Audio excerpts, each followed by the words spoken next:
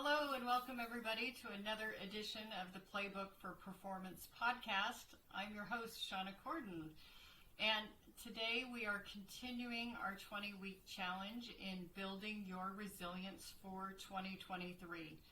Today specifically, we're going to be talking about personal standards. Now, if you're just joining us for the first time, do know that on our website you can, or in the show notes, you can download the personal theme sheet that will help you set some goals around this 20-week challenge. You can do them in any order whatsoever.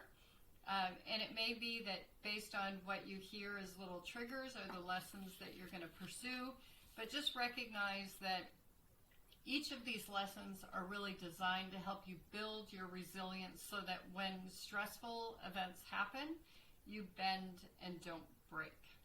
So let's get started on personal standards. Now, last week we talked about boundaries. Boundaries are like fences, and they set the stage for what people may say or do around you. Personal standards are what happen inside the fence.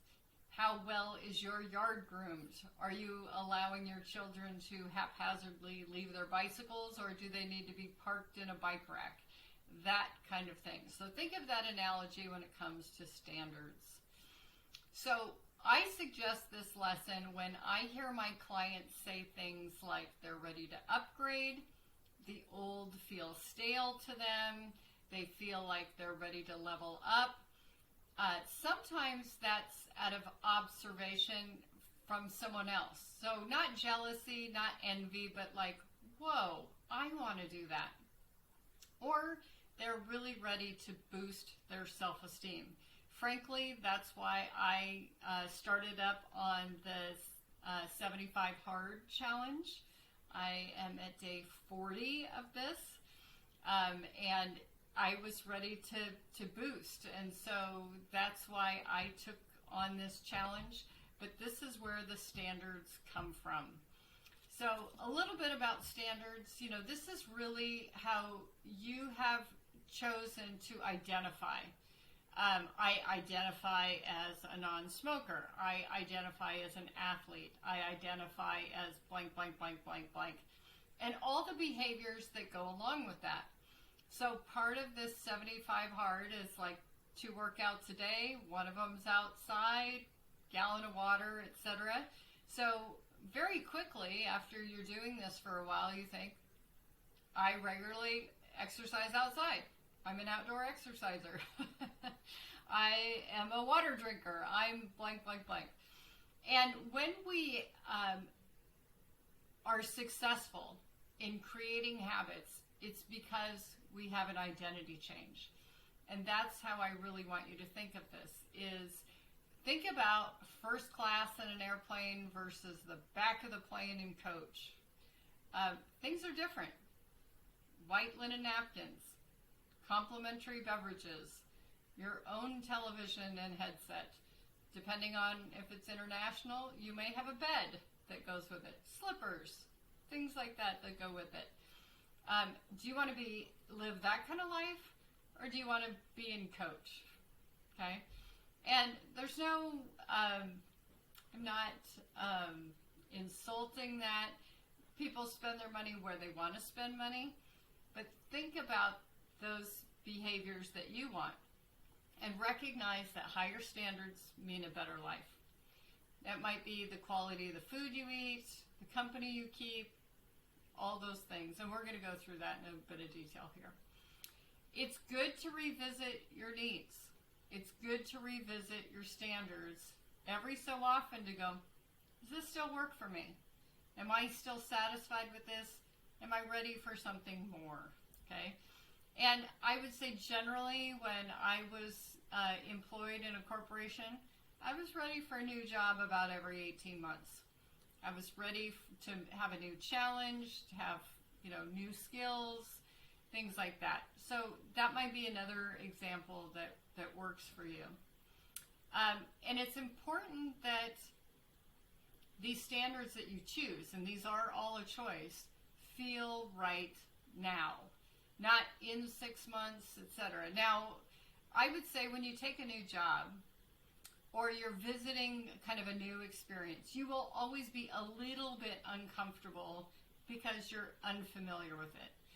And probably the best thing you can do to make yourself more comfortable to a new situation or an upgraded situation is to educate yourself. This could be reading ahead. This could be mentoring with someone.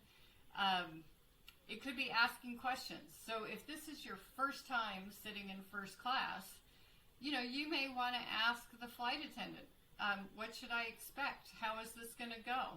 You might want to read about it in a travel blog, things like that. So think about this and what feels right now. So in the beginning, that new experience, you may not feel totally comfortable yet, but then you're like, oh yeah, this is good. So the reason that we want to have higher standards and choose them specifically is the personal accountability that comes with it. The more that you have created identity for yourself, life becomes more automatic. If somebody were to offer me a cigarette, I wouldn't have to think about it. I'd go, I don't smoke. So it's a very automatic thing like that. If someone were trying to seat you and coach, you'd go, I sit in first class. Or one of my big concerns is I don't like single-use plastic water bottles. I just think there's so many better alternatives. Now, if I go to a sporting event at my local university, I can bring an unopened water bottle in. I can also bring an empty cup in, and I can fill my cup at the many water stations that they have around. But I will not go to an event like that and buy 3 or 4, bottles of water, not to mention how expensive they are, but it's so wasteful to me. And I know this is just my opinion.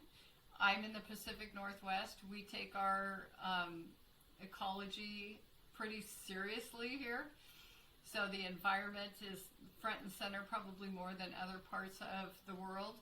But we take it pretty seriously here. And so I regularly bring my own water bottle wherever I go if it's permitted, security-wise. I don't like to buy single-use water bottles. I just feel strongly about it.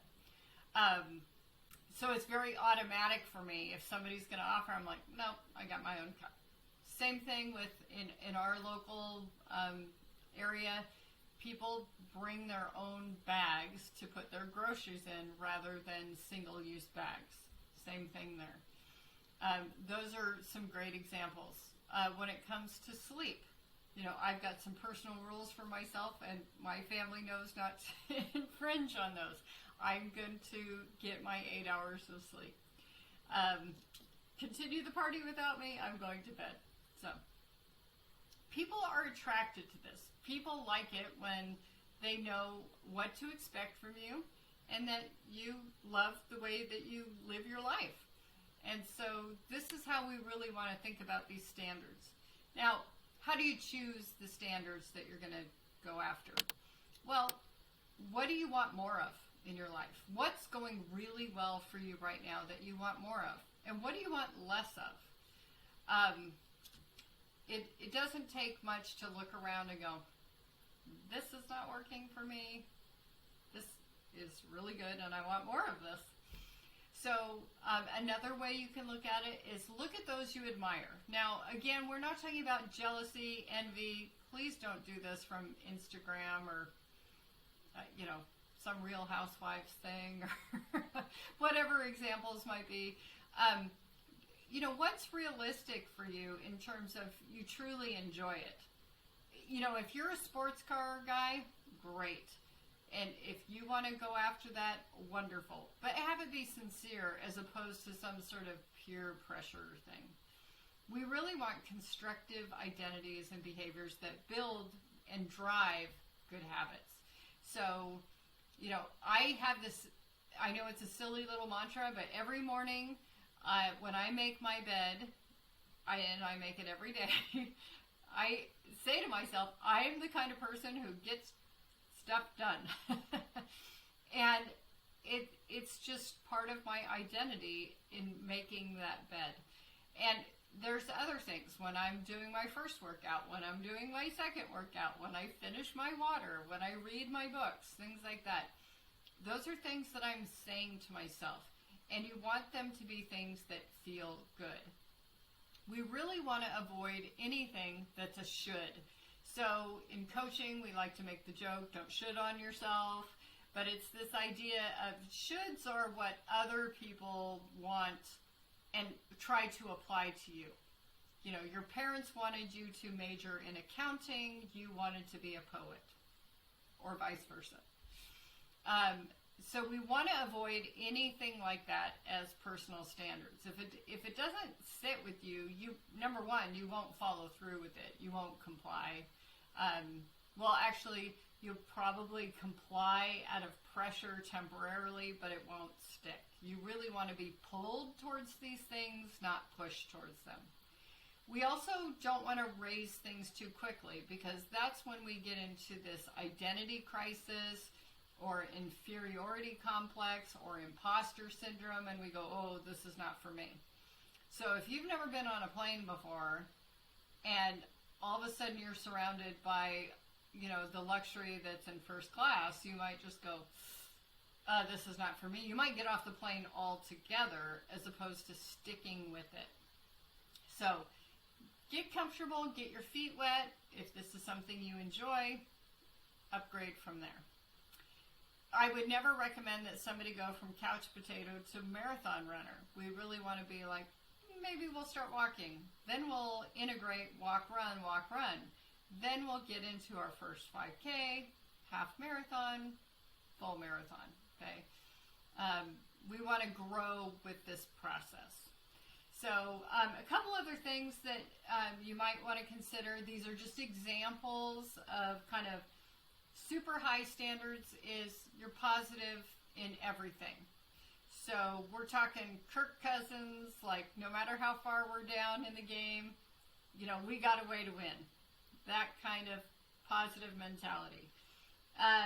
Being polite to everybody, right? Servers, janitors, you name it. The strata of people does not determine the respect that they get. Some high standards would include things like always telling the truth.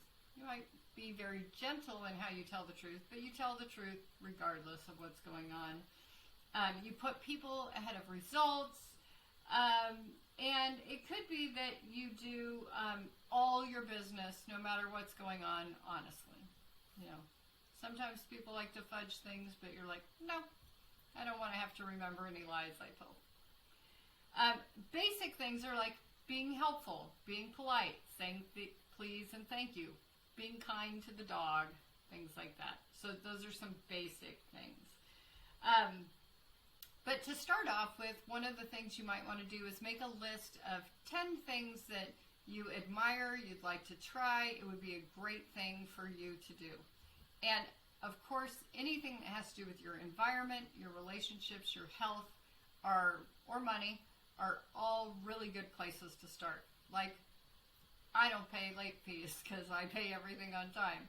You know, I pay off my credit cards every month. I, travel first class. I always have at least a half tank of gas. I always ... So they probably sound a little bit like affirmations because they're a little bit like that. They are identity based. So I would love to hear some of the standards that you're setting for yourself. It would be really fun to hear those things. I've heard some great ones over the years that I really like. And I don't want to pollute you at all with those, but it would be really fun to hear from you. If this is your first time listening, please let us know if you have any questions. Invite your friends to join because you do want to grow together. A rising tide does lift all boats. Don't forget to like and subscribe. And if you have questions and you'd like to hear a direct response from me about your standards, your boundaries, or how you can build resilience for yourself or your team, do send us a message at podcast@shaunacorden.com. Take good care, everybody.